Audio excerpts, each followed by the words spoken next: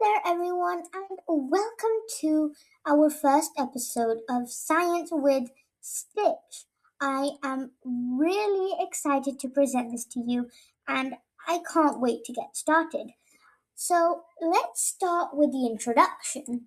As what is weather part 1? There's going to be 3 parts here, and I'm going to go through each part with you guys. So, let's start with what is weather? Well, weather is what the sky and air around us act like at a certain place and time. It can change every day or even every hour. Weather includes things like sunshine, rain, wind clouds, snow, and temperature. For example, some days can be warm and sunny, while other days can just be cold and rainy. Well, weather is important because it affects what we wear, what we do outside, and how we live our daily lives. The hottest temperature ever recorded on Earth was about 56.7 degrees Celsius in Death Valley, USA. How interesting is that? But not just that, but weather is different all around the world. Some places are almost always hot, like deserts, while others are very cold, like the North and South Poles, which leads to why people wear different clothing. Depending on where they live, of course. And reading part 1, we're going to move on to part 2, basically the time of how weather is helpful. And because the 3 main parts of weather, which is sunlight, rain, and wind, and sunlight gives vitamin D to the plants, which helps them produce energy, helps them give energy to a process called photosynthesis. And rain produces water that plants need to stay healthy and transport nutrients from the soil to the leaves. And finally, wind helps spread seeds and pollen, which allows new plants to grow in different places and helps flowers reproduce. And welcome to part 2 now, which we're going to dive in deeper as weather changes because of the sun, the air, and the earth. Because the sun heats many different parts about the earth unevenly, which like basically allows the wind to move and create itself as clouds form when warm air rises and cools down, turning water vapor into tiny droplets of water, which when they get heavy turns into rain or snow. And it depends if the water vapor is warm or cold.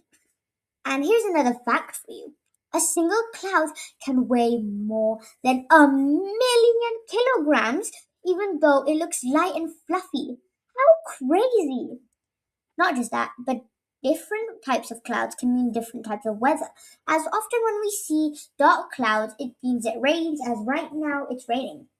But if the white clouds are white, well, if the clouds are white, then it's not going to rain. It just means clear weather, which is one way how we can understand what kind of weather it can be and how we can predict.